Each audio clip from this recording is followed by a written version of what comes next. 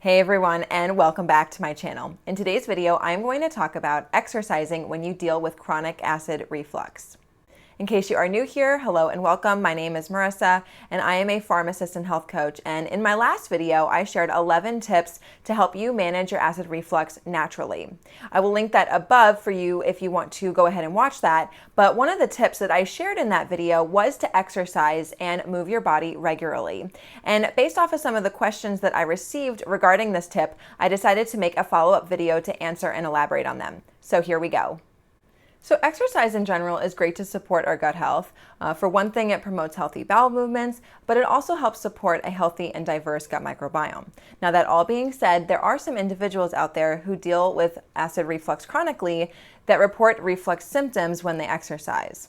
Some factors that may contribute to this include what foods you might be eating, when you're eating them, what you're drinking, and also what supplements that you may or may not be taking in order to help support your workout and muscle recovery before, during, and after your workouts, and also the type of exercise that you are performing. So let's go ahead and start talking about what you can do to prevent and manage your symptoms before your workout. So let's talk about food. Eating before working out can give you energy needed to sustain a workout and may also help you avoid feeling faint or lightheaded. However, consuming food right before you exercise may cause some stomach cramping. Now, the reason for this is because you are diverting the blood supply away from your digestive organs to other organs like your large muscle groups, and that isn't going to produce healthy digestion. So I would advise you to wait at least 30 minutes to an hour after eating a very light snack, and at least 1 to 3 hours after eating a larger meal, depending on what and how much you ate prior to exercising. Additionally, what you are eating plays a role too. So try to avoid foods that are high in fat and filled with lots of grease. These foods take much longer than carbs and proteins for you to digest. Also, avoid any of your acid reflux trigger foods. As I mentioned in the other video, there are a lot of foods out there that can trigger reflux symptoms like citrus fruits and carbonated beverages. So learning what your trigger foods are is really important. And if you don't know if you have any, then maybe try to keep a journal where you can write down when you feel reflux and what you were eating and feeling and doing around that time, and you may start to see a pattern emerge. Next thing is what you may or may not be drinking.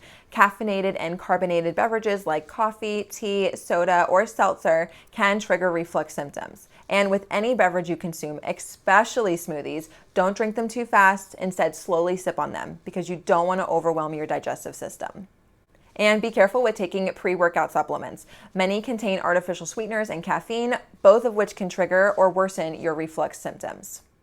Now let's talk about during your workout. So certain exercises may aggravate and trigger reflux symptoms in some individuals. But even though that may be the case, it doesn't mean that you shouldn't move your body. The key here is to listen to your body as you work out and take a mental note of what types of exercises that you are and are not able to do without experiencing some degree of reflux. Typically, if you have acid reflux, you'll want to stick with more low to moderate intensity exercises and avoid or limit the high intensity ones. Now, some examples of high intensity exercises include running, sprinting, weightlifting, gymnastics, high-speed cycling, jumping rope, and stair climbing. So instead of those, go ahead and try more low to moderate intensity ones, such as mild swimming or water aerobics. Swimming is a full body workout and it's really great on your body. Water aerobics would even be a better choice because you are going to remain upright most of the time, because remember, you want gravity to be on your side. Biking or stationary biking is a great option, just don't overdo it and instead opt for slower and less vigorous biking. Another great exercise that you can try is yoga. It can help you feel stronger, gain flexibility, and promote mindfulness without aggravating your reflux symptoms. Yoga has also been shown to help with digestion in some people. Just be careful of poses where your head is hanging upside down, as this may make your symptoms worse. Another great thing about yoga is that it also focuses on your breathing. If you are exercising to the point that you are heavily breathing, you are more likely to swallow air, and that can trigger reflux and cause bloating. So yoga or even Pilates and Tai Chi are exercises where you are working on your breathing throughout the workout.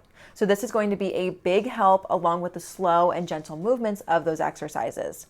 Now, if you don't know what poses would be good for you, then YouTube here is your friend, because you can just search for yoga for acid reflux, and a bunch of videos have actually already been made on this topic, and they're about 10 minutes long.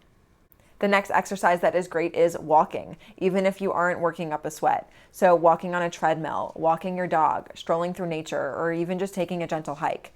You may be able to do some light jogging, but if this gives you reflux, then just stick to walking. When it comes to weightlifting, some light weightlifting may be an option for you. Just be mindful of how you are positioning your body during weightlifting, and also avoid bending over or performing any thrusting motions that could intensify your reflux symptoms. Another thing to be aware of during your workout is staying hydrated. Now, while it is important to replenish fluids if you feel thirsty, you are going to want to watch how much of them that you drink and how quickly you drink them. So for example, if you drink a bunch of water all at once and then go and try to do some sit-ups or run on the treadmill, then you may experience some abdominal cramping. That is your body's way of saying like, hey, wait a minute, slow it down and allow me to properly process the water that you just gave me before you get back to working out. Another thing that I've seen people do is drink a bunch of sugary beverages to replenish electrolytes. These are usually filled with processed sugars that can negatively affect your gut microbiome, or they contain artificial sweeteners that can trigger reflux symptoms and also negatively affect your gut microbiome. So instead, stick with water. Okay, so now that you have gotten yourself through your workout, you are going to want to rehydrate and recover. Now, something that is very popular is to consume protein shakes. Now, first off, since you are performing more low-intensity workouts, you may not even feel like you need to drink a protein shake. And if you do feel like having one, then be careful as to where the protein part of your shake is coming from. Many shakes include protein powders, and sadly, they may not contain the healthiest of ingredients. And they also may contain excessive amounts of calories.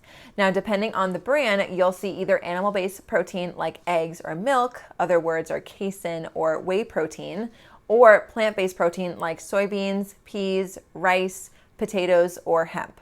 Now, I do want to say that if you are going to consume soy protein, or really any protein powder for that matter, but especially ones with soy in it, then make sure that the product is organic, because otherwise it is most likely coming from a genetically modified source that had high pesticide use, which may cause hormonal disturbances in some people. Some additional ingredients that you may see in the product include added sugars, artificial sweeteners, artificial flavorings, thickeners and fillers, gluten, and added fibers.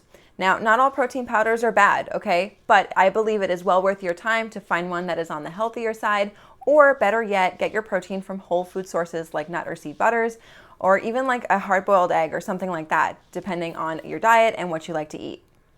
They're definitely going to be a lot cheaper for you as well, just because these protein powders and even the pre-workout supplements too, for that matter, can be kind of pricey.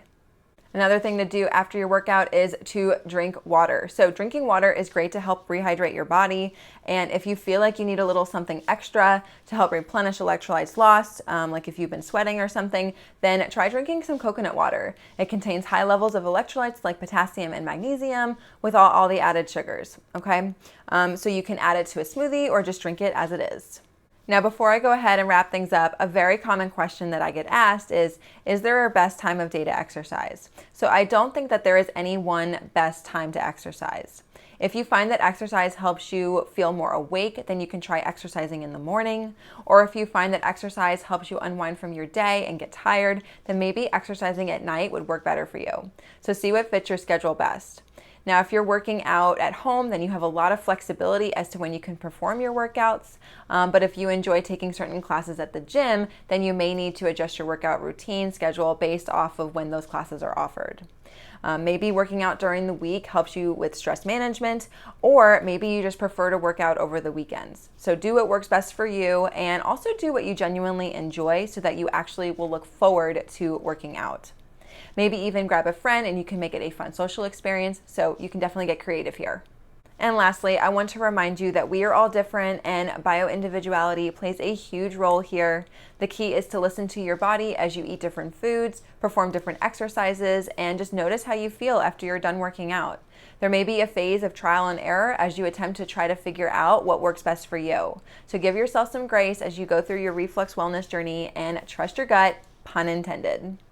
Also, just because you may be having trouble performing high-intensity exercises right now because they're aggravating your reflux symptoms doesn't mean that you'll never be able to do them again. It just depends on where you are in the management of your acid reflux. Now, if you're experiencing lots of symptoms, then taking a break from high-intensity workouts, even just short-term, can be really beneficial to give your body a chance to heal. Then as you gain more control over your reflux symptoms by learning to, listen to your body, changing up what you're eating if you need to, losing weight if you need to, sleeping better, managing your stress, evaluating your medications and supplements with your doctor or pharmacist. Depending on who you are and what other chronic conditions that you may be managing, you may be able to start slowly incorporating those exercises back into your workout routine. It may just take some time, and the amount of time it takes will be different for everybody. So I hope that this video gives you some more information about how you can still continue to exercise while also managing acid reflux. Don't give up on exercising if you're having trouble with this tip, okay? It is great for supporting sleep. It's a great form of stress management. It can help with anxiety and depression if you deal with those. It's a good way to support healthy circulation, maintain a healthy body weight, and it may even help you reduce bloating from built up gas. And if you still have difficulty with reflux despite all these tips, then it would be good for you to go and see a doctor, especially one that specializes in this area of medicine. If you are not used to exercising or have a history of different medical conditions like hernias or heart disease, then be sure to check with your doctors prior to starting a new exercise routine, just to make sure that whatever exercise that you want to start doing will be safe for you. Alrighty, you guys, so that is all I have for today's video. I hope that you enjoyed it. Make sure that you subscribe to my channel if you haven't already for more gut health, wellness, and lifestyle related content. Give this video a big thumbs up. And if you want, you can even follow me on Instagram at Simply Health with Marissa. There's always a link down in the description box below so you can easily find it. If you have any potential video suggestions as to different topics that you want me to talk about, then definitely comment those down below. Otherwise, that is all I have for today's video, and I'll see you in the next one. Bye!